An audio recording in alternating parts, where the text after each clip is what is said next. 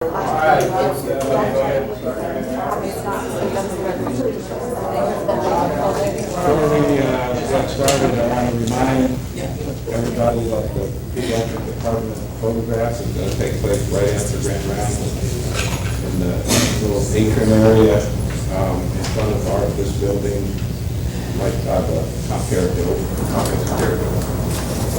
Okay, so today the topic is shock. Dr. Quispe, one of our pediatric intensivists, is going to lead this discussion. So, Marco. Thank you. So, looking says my topic today is shock.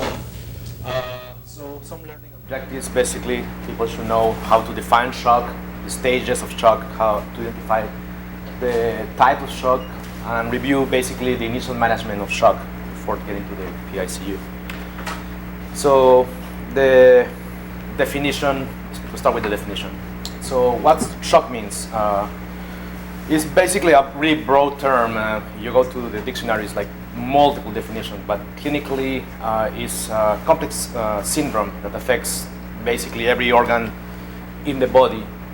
And we describe like different kids, like 2-year-old with petechia, flash, caprifill, or 3-month-old with lethargy, hypothermia, tachycardia, or 16-year-old with respiratory distress, muffled heart sounds. Basically, all these kids are in shock, and it's different types of shock, but at the end, the initial treatment most of the time is the same. So basically, the clinical definition is the failure of the body to deliver oxygen and substrates to meet the metabolic demands of the tissue beds. This can occur in up to 2% of hospitalized patients, and the mortality is 10%, around 10% in children without multi-organ failure. And in adults, it's higher, it's almost 30 to 40%. This will result in inadequate blood flow and/or oxygen delivery.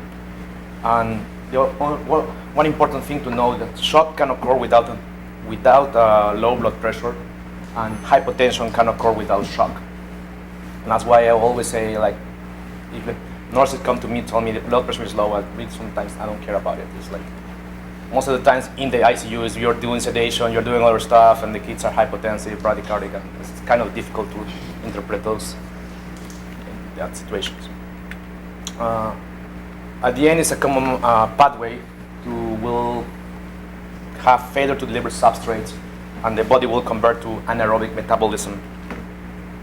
This process is reversible if you recognize early and you intervene, and eventually, if you don't do anything, will produce dysfunction of the cell membrane ion pumps, which cause cellular edema, leakage of cell contents, change of the intracellular pH, and cell death, organ failure, cardiac arrest, and death. So you get to the point, obviously it's irreversible, and will cause irreversible organ damage at late stage. So the early recognition is the key of this syndrome. So to understand shock, there is inadequate systemic oxygen delivery that activates autonomic response to maintain systemic oxygen delivery. So the body does different things to try to keep everything normal. With the sympathetic nervous system, release norepinephrine, epinephrine, dopamine, and cortisol, and trying to cause vasoconstrictions, increasing the heart rate, and increase the cardiac contractility. All this trying to increase the cardiac output. The renin-angiotensin axis also tries to retain water and sodium and cause vasoconstrictions. With this, increasing the blood volume and the blood pressure. There are also cellular responses to decreased systemic oxygen, like ATP depletion, with at the end ion pump dysfunction, cellular edema, and hydrolysis of cellular membranes and death.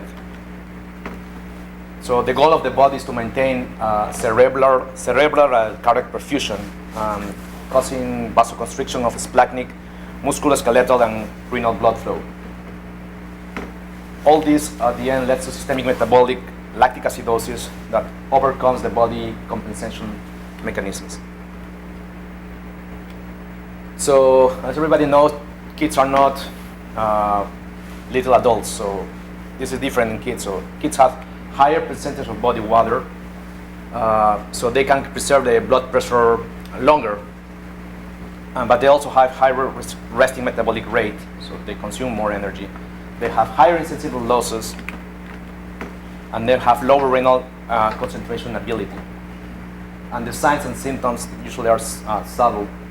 Like in small babies, you have feeding intolerance, just lethargy, or just parents say, he's not acting well. Like, what that means, sometimes just parents know they're not acting well.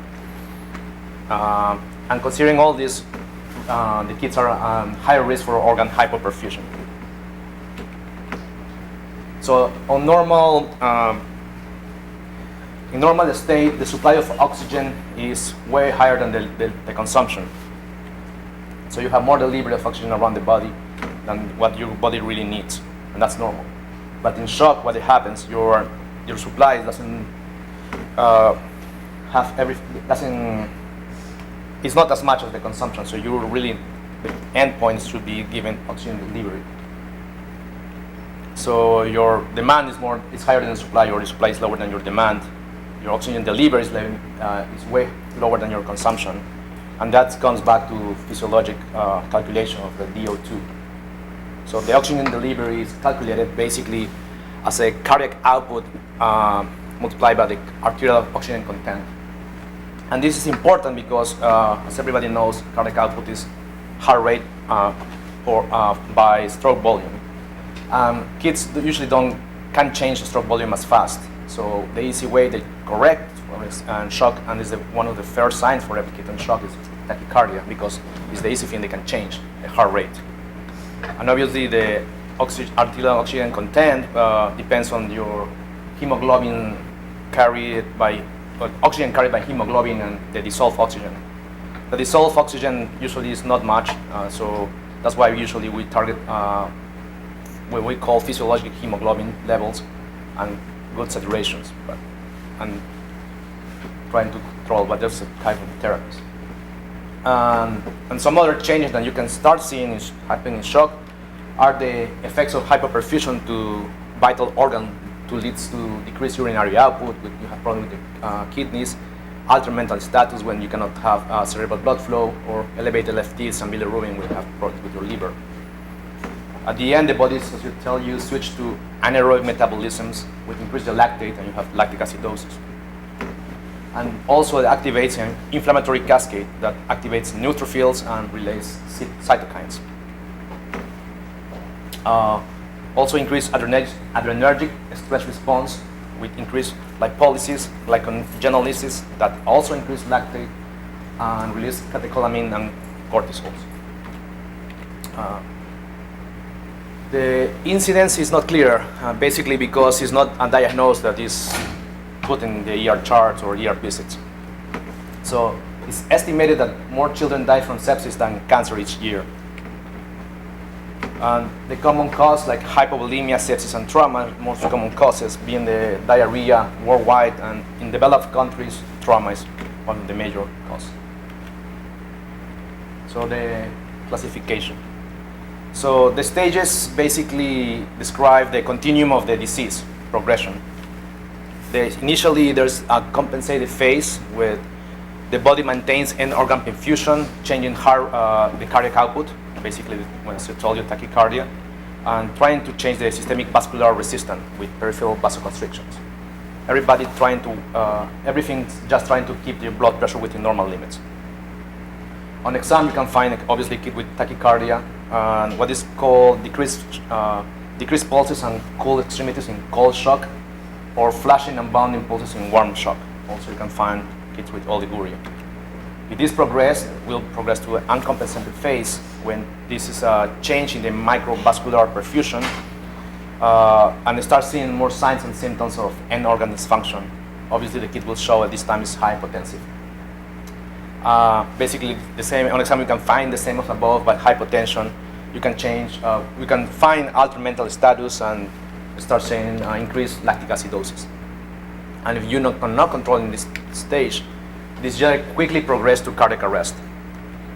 But the point obviously is an irreversible process with end organ dysfunction, cellular acidosis, and cell death, and irreversible organ damage, cardiac arrest, and death will occur. The classification is a classic classification, like 4 big groups.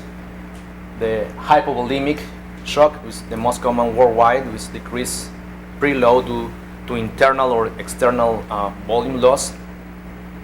The cardiogenic shock, which basically there is a pump failure or the decreased cardiac output. The systolic function of the heart decreases. The obstructive shock, which is one of the it's not the most common one. With this basically obstruction to the function of the heart, so the heart cannot pump against obstruction. And the distributive shock, which is shows decreased systemic vascular resistance with abnormal distribution of blood flow, with cause functional hypovolemia and decreased preload. Typically, these kids initially have normal or increased cardiac output. This is what you see with patients with septic shock, with angioedema, something like that. So this is the physiologic profiles of shock states. So basically, you can see the cardiogenic and obstructive have an increased preload and differs from the hypovolemic and distributive. And the other thing interesting is the distributive shock will have increased or normal cardiac output. The afterload or systemic vascular resistance will be low, and the tissue perfusion measured by mixed venous sats will be high. Obviously, in clinic or outside the PICU, will be hard for people to measure the preload, the afterload, or tissue perfusion with mixed venous saturations. But you still have clinical signs of preload with your distended liver, jugular vein distension, or change of cardiac output or tissue perfusion from capillary refill, how the skin looks, mottled or not. Obviously, you can also maybe check a lactate. It's another way to find or analyze tissue perfusions. So just to go a little bit more under this, a hypovolemic shock is the most common type in children worldwide. It's the number 1 cause of death. Basically, in developed countries, is hemorrhagic. The number 1 is trauma with liver, spleen injuries, lung bone fractures, GI bleed, intracranial hemorrhage, and the non-hemorrhagic, like vomiting, diarrhea, heat stroke, burns, and DKA. And basically, the pathophysiology of this type of shock is basic loss of intravascular volume with decreased preload. The clinical symptoms, obviously, like symptoms of dehydration, like sunken fontanelles, dry mucous membranes, poor skin turgor, late cap refill, and cold extremities. Tachycardia is sign of compensating shock. Kids can keep the blood pressure normal until volume loss is more than 30 to 40%. The cardiogenic shock is basically when you have impaired contractility of the heart, so you have pump failure. It can be because of cardiomyopathy or arrhythmia. Cardiomyopathy, obviously, with infection like post-viral myocarditis. You have infiltrative with storage diseases, ischemia, or you have cardiac arrest or bypass and seen in congenital heart disease, or sepsis also have kind of cardiogenic shock at late stages. Arrhythmias and seen, obviously, VF and VT will abolish completely cardiac output. You have prolonged or recurrent SVTs, although have problems with your cardiac output. Or bradyarrhythmias or heart blocks in neonatal lupus also will put the kid in cardiogenic shock. Obstructive shock, basically you can have a physical obstruction like tension pneumothorax tamponate or pulmonary embolus, or a congenital, which is seen basically in kids with congenital heart disease like coarctation, hypoplastic left heart, critical aortic stenosis. And this usually presents in the first week of life when the ductus is closing. The distributive shock is when you have loss of systemic vascular resistance with loss of afterload, and this results in abnormal distribution of blood flow. initially with increased cardiac output and heart rate, we have hyperdynamic contractility, bounded pulses, and flash capillary refill. And this loss of vascular tone eventually leads to loss of preload, basically, but blood volume pools in the peripheral vasculature. So the case looks like he's hypotensive, but it's basically just this distribution of the fluid is not where it's supposed to be. Start third spacing and fixed it. Other type of distributive shock, that's like anaphylaxis, which is IgE mediated, where you have massive release of cytokines from activated mast cells. We have associated with respiratory distress, angioedema, and vascular tone collapse. And neurogenic, which is really the unusual one and most commonly is only transient. This follows usually an acute neural injury, most likely spinal cord injuries. It's only most of the times unseen. There's loss of sympathetic and autonomic tone, and the unique presentation is basically on this type of shock is that patients are hypotensive but with a normal heart rate. Trying to go back to the distributive shock, so what you find initially would be vasodilation, and that's what we have, which at the end will produce venous pooling, so you have more, actually you have just like distal edema and third spacing, which decrease your afterload, and because of the maldistribution and decrease of your preload, you have already problems with your regional blood flow. And septic shock, even though it's called septic shock, is not really it's not being classified as shock by itself, but it's more like a progression of the disease, where you have initially serous sepsis, what we call severe sepsis, and septic shock. And all these definitions are changing right now. But basically, what you have is just a complete different entity, and that initially is like a distributive shock, but at the end we'll have some feature of cardiogenic shock. Basically, with pump failure. And the most important thing that I was trying to talk today is the evaluation and treatment, which is the things like people will see. The initial assessment, obviously, the children benefit from GoalDirected therapy to improve physiologic indicator within the first hours of presentation. The early reversal of shock is associated with more than 50% decrease in mortality and morbidity, regardless of the underlying etiology.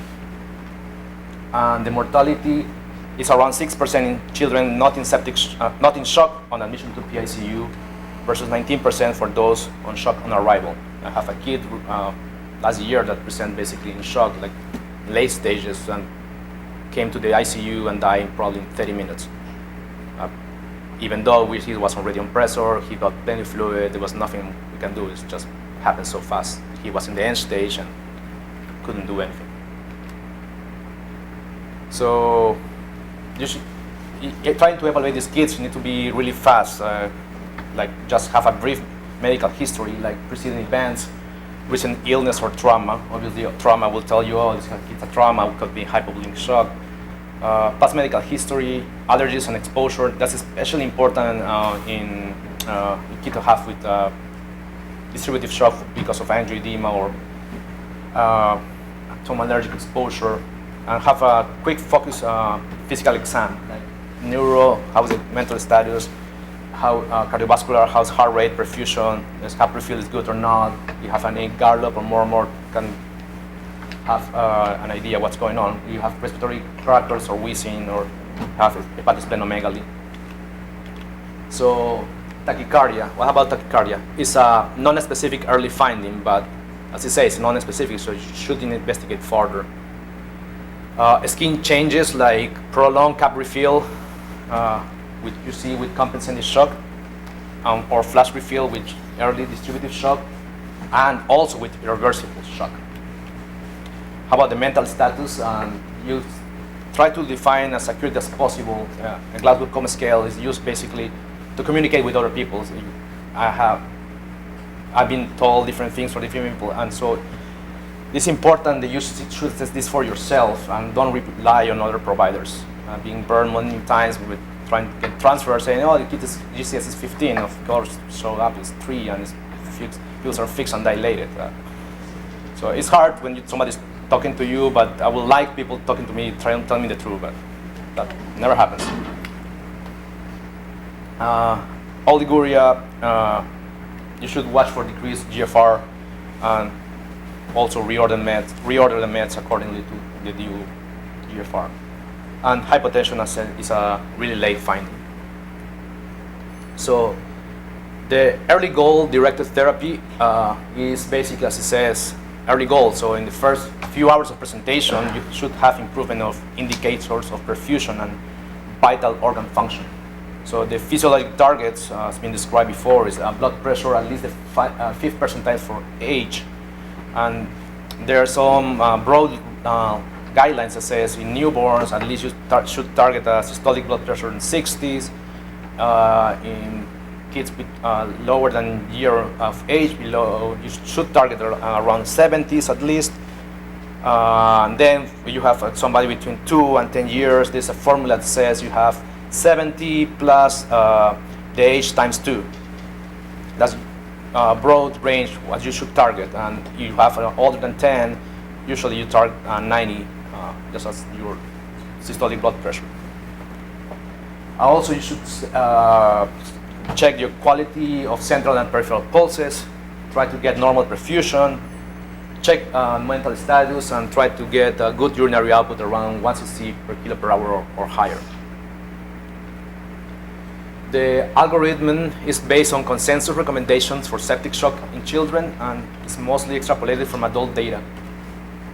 But they can be applied with any patient in shock, regardless of etiology. But the exact etiology must be sought and to identify which patient might respond and tailor the therapy accordingly. So this is basically the early goal for the schedule for sepsis, which basically says recognize the decrease, mental status, perfusion, like quick exam, the initial resuscitation, then you give fluid, then if it's not refractory, you start like press or something like that. This is from the American Heart Association for the management of shock flow chart. Initially, you start with the initial things, put in a pulse ox and monitor, give him oxygen, establish IO or IV access, and point of care. The important thing of this, even though you have different type of shock, like you see for hypovolemic, even hemorrhagic or non-hemorrhagic, the initial is fluid, and 20 cc per kilo and repeat as needed, 70 cc per kilo and repeat as needed. You have distributive shock, initially septic, go to septic shock management, but the septic shock management, it says initially start getting 20 cc per kilo. You go anaphylactic, obviously injection, but to keep them in the meantime, to keep the blood pressure, give fluid. In the neurogenic, initially you give fluid.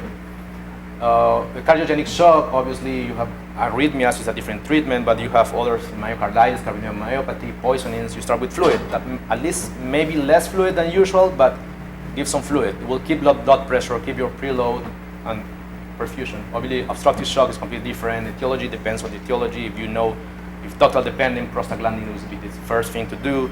If attention pneumothorax, you should decompress immediately. You think cardiac tamponade is one interesting because, or you try to evacuate or give some fluid in the meantime until you can have all the equipment ready. And pulmonary embolism also you treat with fluid. So even though they all are different, the main treatment for most of them is fluid initially.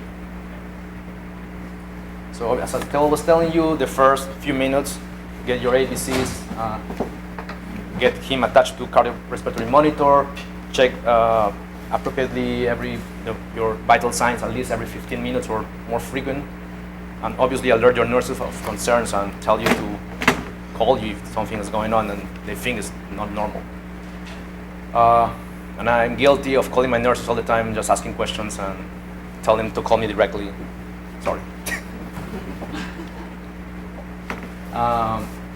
And also you should identify life-threatening condition and establish access. So the guidelines came to establish 2 large bore peripheral IVs if possible. If no IV access can be obtained, you should go for an intraosseous line immediately, as fast as possible. Don't wait for the kid to get the PI and try to put a central line, because these kids are dry. Get a central line on a dry kid and a 1-year-old is almost impossible. IO should be the initial goal. You cannot get a peripheral, get an IO on these kids. It's really important to get as soon as possible access. because even though IO sounds dramatic, it's not as bad as the dead kid. Seriously. It will take me a long time to get a central line in a kid with hypotensive or really dry. So the initial give crystalloid over 5 to 10 minutes, and but you can begin with 5 to 10 cc's if you suspect this cardiogenic problem. Obviously, it's anaphylactic shock. You start with epinephrine, but fluid also will help. After those first minutes, you should try to identify other things like abnormal glucose, calcium, electrolytes. And for kids you suspect they are septic, you start antibiotics with broad coverage. And you think cardiogenic shock, you should start dopamine. And dopamine comes as in the guidelines as the first line agent, basically because it's the most available drug, it's premixed, and it's more available in most ERs without asking. Sometimes trying to get epinephrine or Libofed in the ER will take time, getting from pharmacy and things like that.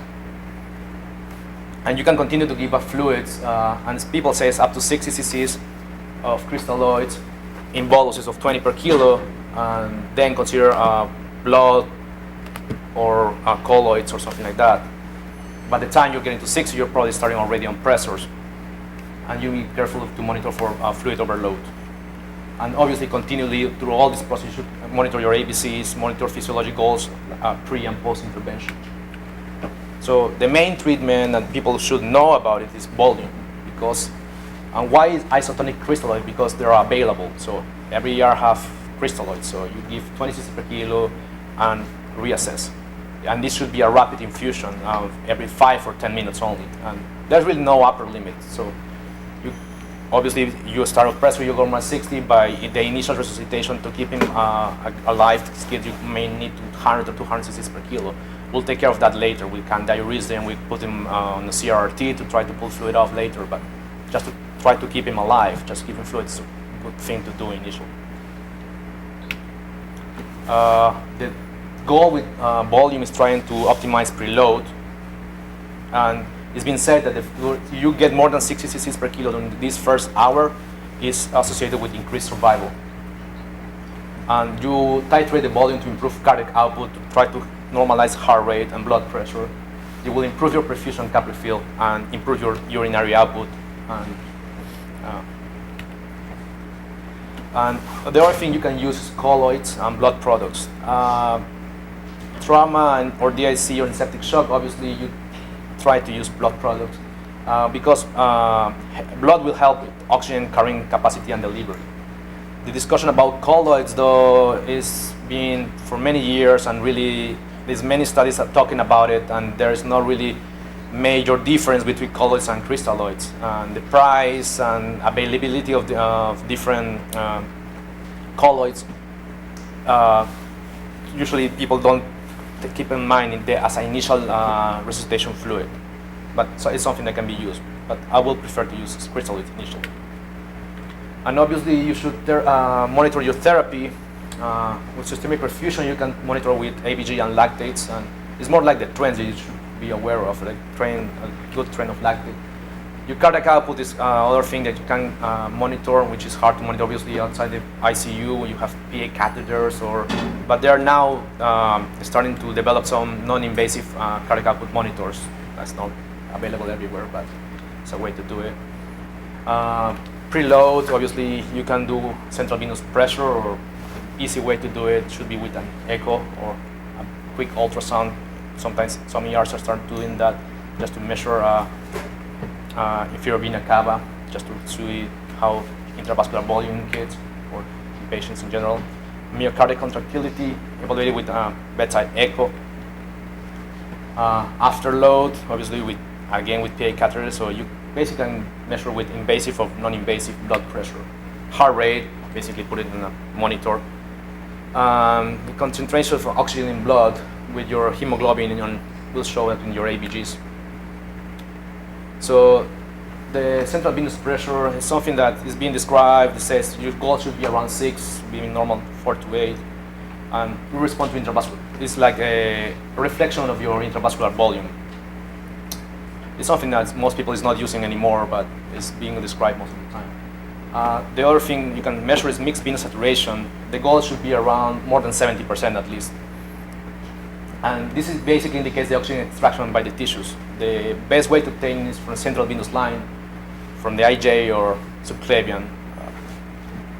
So it's hard to get in the office setting. But the other thing you can get is clearance, lactate clearance, which will show the indication of anaerobic metabolism. And the important thing here is to follow trends. So check your lactate is improving is a good sign. Also, we describe about steroids. Should we use steroids or not in kids in shock? Really, there's no pediatric study about. Adult studies show some controversy of over 28-day mortality. The bottom line of this is basic shock is a dynamic and unstable physiologic state that results in inadequate tissue perfusion with high morbidity and mortality if not treated. You should be early and aggressive treatment during the golden hour, improved outcomes, and management should be directly at normalizing tissue perfusion and blood pressure. The resuscitation of shock is all about getting oxygen to the tissues. The initial assessment of volume deficit and replace that with crystalloid and then reassess, and continue volume resuscitation to target endpoints. Obviously, if you see not much result, you start some type of pressure. And the goal basically is start to normalize the demand with the supply. So you have some consumption that your body is delivering enough to at least match the consumption. And at the end, you need to treat the underlying cause. And that's some reference.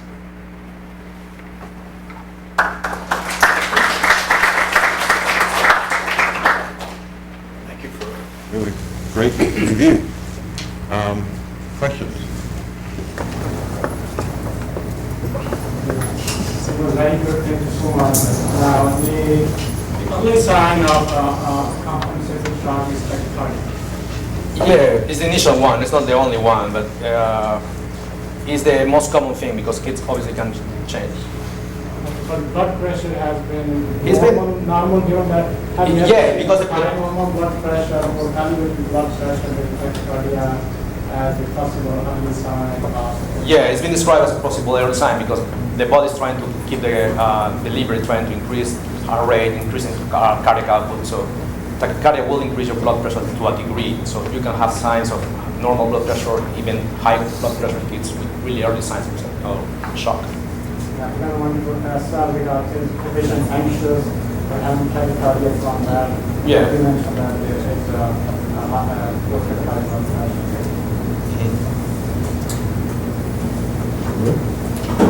That's a good, simple overview for the residents. I want to reiterate certain points you made from my practical experience. For a practicing pediatrician, many some of are going to practice the next month on. I've seen a number of babies where baby could present with shock to the clinic or the emergency room in the office. And as you pointed out correctly, the best clinicians cannot differentiate between hygienic shock or septic shock. Most often they might treat septic workup, but on the other hand, left-sided heart obstructive lesion or a ductal dependent lesion, if you lose that valuable time, and as you quickly alluded, of starting prostaglandin in that kid, you got a dead kid within an hour at the most. Yeah, I've been there. A few minutes to an hour. I've been there, done that. So I've seen so many cases of malpractice that I had to review. It's very sad. yeah. So that's really important. That's the usually early signs when ductal dependent circulation. You check femoral pulses.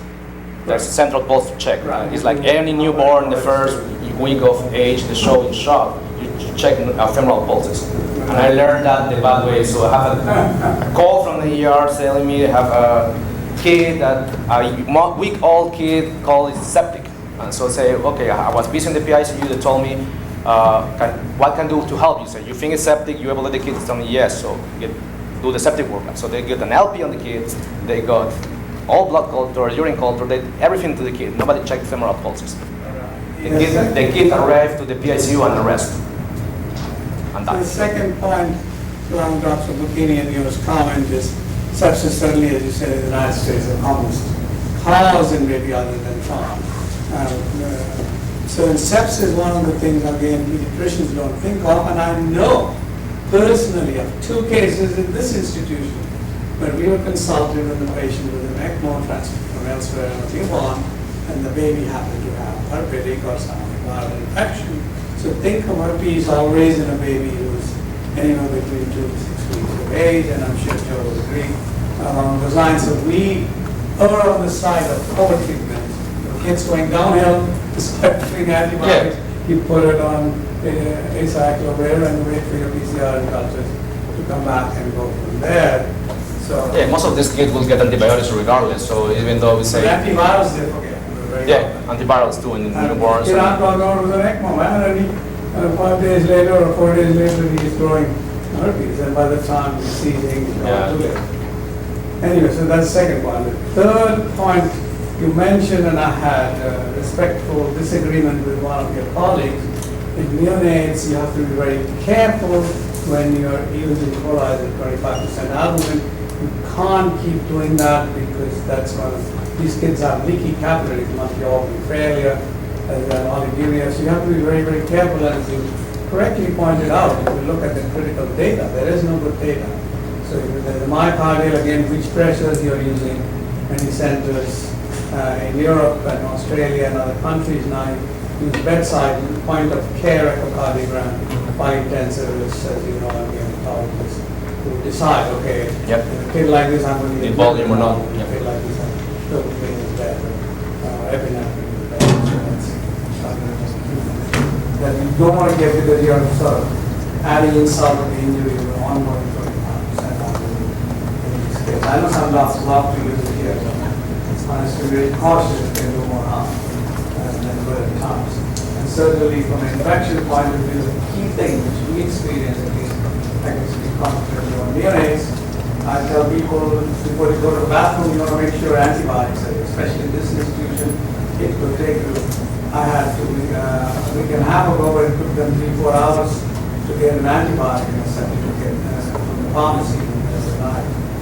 So that's so important that you push it in before too long, because as you correctly pointed out again, you have to treat the underlying cause, and it could be multiple causes. Many of those are my 2 cents worth. I think that there's 5% of human that is used by fluid the certification. Right, but sometimes you use 25% of human is only for NSF for many men. Correct, but unfortunately they use it here, and that's leaking out. So you got leaking endothelium, so that studies have shown very nicely that on the extravascular compartment pulling out, so you get good spacing in the same kid. Okay, so that's quick time. And certainly from your point of view, I forgot to also say, in a kid in shock, you must have a urinary catheter to know what's the intake output and what balance. Sorry, go ahead. I think the albumin thing that people have to realize, there's a difference between resuscitation and supplementation. Right. And the resuscitation data is different than the supplementation data. And so when you look at it, resuscitated, there's real no advantage. Supplementation, it's a different. So you got to kind of careful how you read that literature, because they're actually 2 different things. But the main thing I think you got to drive home with this is, blood pressure, heart rate are surrogates. They're not endpoints. And if you don't guarantee that you have tissue oxygenation by dropping lactate, you're really not done. And there was a great study done at Mount Sinai where the kids came in with normal blood pressures. They had 3 severities of shock. These were all trauma patients. They all had normal blood pressures, or the ones that had normal blood pressures, 75% did not receive any resuscitated fluids. And of those, about a third of those went into profound shock. So you really, like you said, you've got to prove tissue perfusion and not vital signs. Yeah, I think that's a good point to reiterate, is that if someone becomes hypertensive, and all the lensophoric mechanisms that now fail, and so you're at the end of a long cascade or very rapidly progressing cascade, to put you in more serious trouble. And I think one of the key points that Marco brought out was that early on, the signs and symptoms of shock are subtle. And so you need to be really careful when you're evaluating any patient in an acute situation to look for those subtle findings. And so from a sepsis point of view, tachycardia and mild hypoxia are really the most important things in terms of evaluation, consideration for further evaluation, as well as behavior of the child, as Martin pointed out. Really important considerations for how aggressive you might need to be, kind of look for evidence of overwhelming infection or other causes of shock. And then the other thing related to Dr. Romanik's point about sudden cardiovascular events in the early week or two of life. One of the things that has happened now is that newborn screening now includes evaluation for hypoxia before a child leaves the hospital after birth to try and detect left-sided lesions or other cardiovascular lesions that are going to end up causing severe problems when the duct closes. And that's made a big difference, but that won't find 100% of them. So you still need to think about that when a child comes back at a week of age with shock. So I think it's really important to think about the differential in the age group and always keep an open mind as to what the potential causes are. But then be aggressive in terms of management. And I think that's going to keep you out of trouble as much as possible. All right, other questions or comments?